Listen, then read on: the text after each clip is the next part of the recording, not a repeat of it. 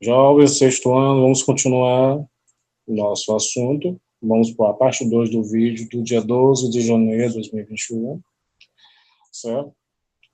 Nós paramos nesse slide, onde os babilônios usavam seu conhecimento da aritmética e álgebra simples para expressar comprimentos e pesos, sendo esse povo desenvolvido, essa civilização, eles já tinham uma habilidade comercial, certo? Com os outros povos conquistados. Então, eles tinham que ter a noção de comprimentos e pesos, troca de moedas e mercadorias, calcular juros, ciclos e compostos, no qual é um povo que cobrava tributos e também tinha uma moeda em circulação. Essa moeda ele precisava de juros e simples e compostos. Também cobrava impostos sobre a colheita e tudo que arregaiva uma civilização, certo? Então, nesse caso, os babilônios tinham o sistema numérico próprio, certo? No qual esse sistema numérico, como a sua letra, sua escrita, era cuneiforme, certo? Nesse caso, usavam tábuas de argila, onde faziam, na matemática, a divisão de campos e de heranças, projetos de canais, represas e sistema de irrigação. Pensavam que os problemas econômicos que enfrentavam foram estímulos para o desenvolvimento da matemática, para ter um sistema padrão, como um povo civilizado, certo? Continuando aqui, nosso slide. Só um momento, jovens. Rapidinho.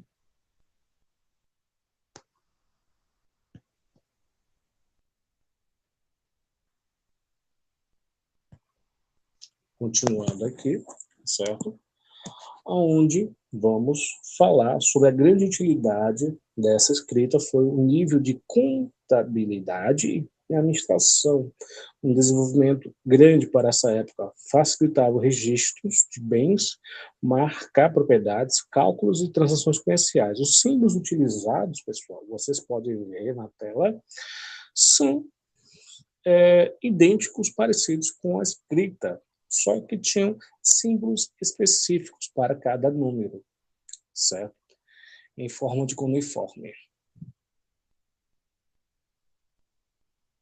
Vocês têm esse também no seu TD, certo? Que eu vou passar para vocês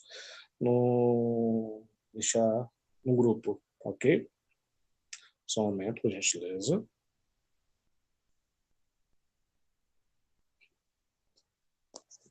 Tinha um símbolo diferente para unidades, dezenas, mas não tinha um símbolo para o zero.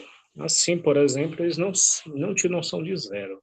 O número 60 escrevia-se exatamente como um, o que para nós é muito confuso. Por exemplo, 61 escreve-se como 2. Quer dizer que a numeração dele não é igual a nossa, que pode 0 a 10 ou 0 a 100 lá, seria de 1 a 60, certo? Por isso que é um sistema sexagional, certo? Continuando.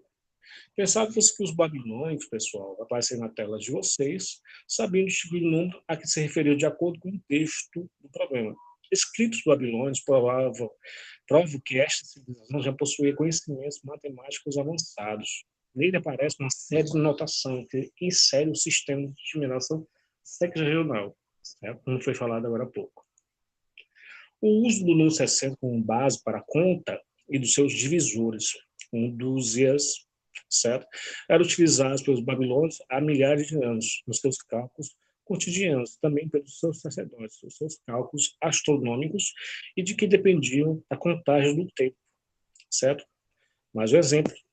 Olha que o tempo nosso é medido, por exemplo, um minuto equivale a 60 segundos, uma hora equivale a 60 minutos. Isso já é uma herança babilônica, certo? Continuando, vamos ver os símbolos numéricos, certo? Vocês estão vendo culhas, certo? No 1, Você percebe o símbolo. Se você for para o 60, repete esse símbolo, certo? Número 1, como disse agora há pouco, e o 62 também, certo? Então, nesse caso, podemos dizer que a sua contagem é simplesmente essa, de 1 a 59, onde há uma repetição dos símbolos após 60, certo? Símbolos numéricos babilônicos de 1 a 1000, certo? Vocês podem perceber o 1, o símbolo dele, quando chega a 60, repetimos o símbolo do 1 e outro símbolo ao lado, certo? Aonde é representado. E 1000, temos aí continuação dos símbolos uniformes. O sistema numérico babilônico temos exemplos, por exemplo, 1, 45, 29, 36 representam números do sistema sexagemal.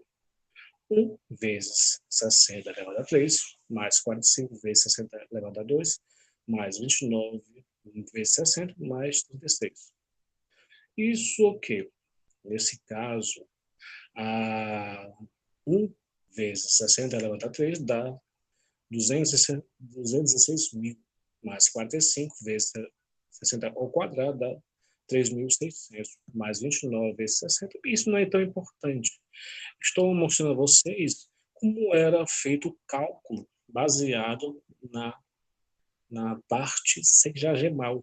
Os cálculos dele tinham a presença sempre de um 60, no qual, a partir disso, era feito os cálculos de soma e multiplicação, certo? Isso não será cobrado, somente para exemplo, certo? Então, o símbolo, o número 1, 45, 29, 36, e nos babilônicos, eram representados dessa forma.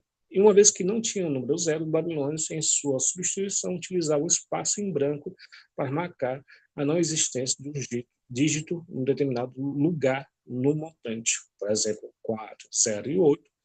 Então, temos ali o 4, símbolo do 4, do lado esquerdo, e o lado direito temos o símbolo 8. E o 0 é um espaço branco inexistente.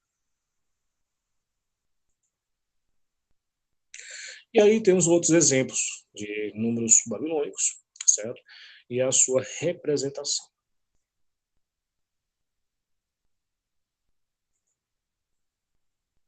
Outro exemplo muito simples, certo? Do 10, do 38 e do 61.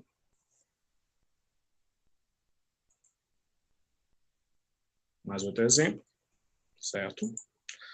Números babilônicos. Tabela de multiplicação babilônica, certo? Que não será tão importante, mas é um exemplo de como era o raciocínio babilônico, certo? Em relação à multiplicação. Tinha uma tabelazinha, uma tabuadinha deles.